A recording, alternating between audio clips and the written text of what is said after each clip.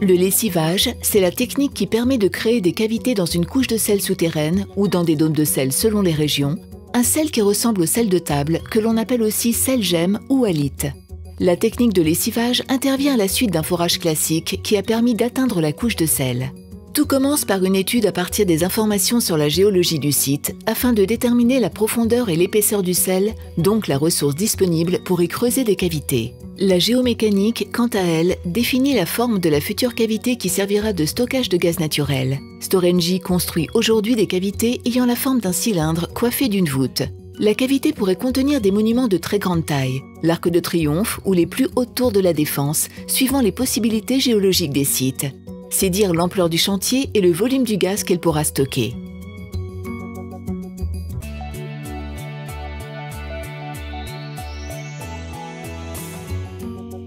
Pour lessiver, il faut de l'eau douce ou de l'eau peu salée, des pompes d'injection d'eau, un réseau d'eau, un réseau de conduits de saumure, un réseau du fluide inerte vis-à-vis du sel indispensable à l'opération, et enfin une salle de contrôle pour un suivi 24 heures sur 24.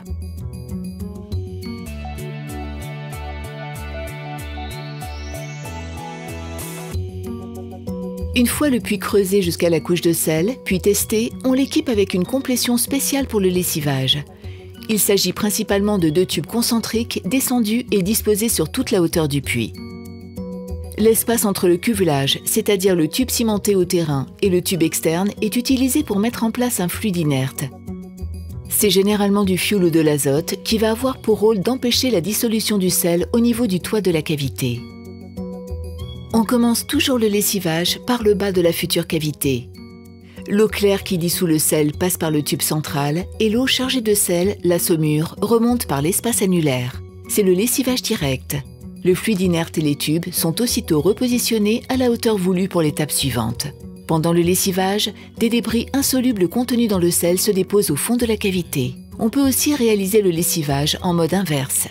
L'eau claire passe alors par l'espace annulaire entre les 2 tubes et la saumure remonte par le tube central. On utilise au choix lessivage direct ou inverse suivant les besoins jusqu'à obtention de la forme finale souhaitée. C'est le mode de lessivage, le placement des tubes et du fluide inerte qui définissent la forme finale de la cavité. Une fois cette forme obtenue, le lessivage est arrêté, la cavité est testée et la complétion est changée pour mettre en place la complétion de premier remplissage en gaz de la cavité, une colonne d'exploitation et un tube d'extraction. Pour le premier remplissage, il suffit alors d'injecter le gaz par la colonne d'exploitation et sous l'effet de la pression, la saumure va être extraite par le tube prévu à cet effet.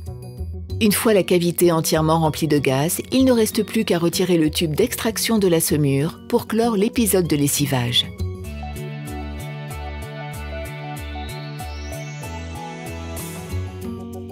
Le programme établi par l'expert en lessivage est mis en œuvre en régulant les débits d'injection d'eau et en modifiant le volume de fluide inerte présent dans le puits.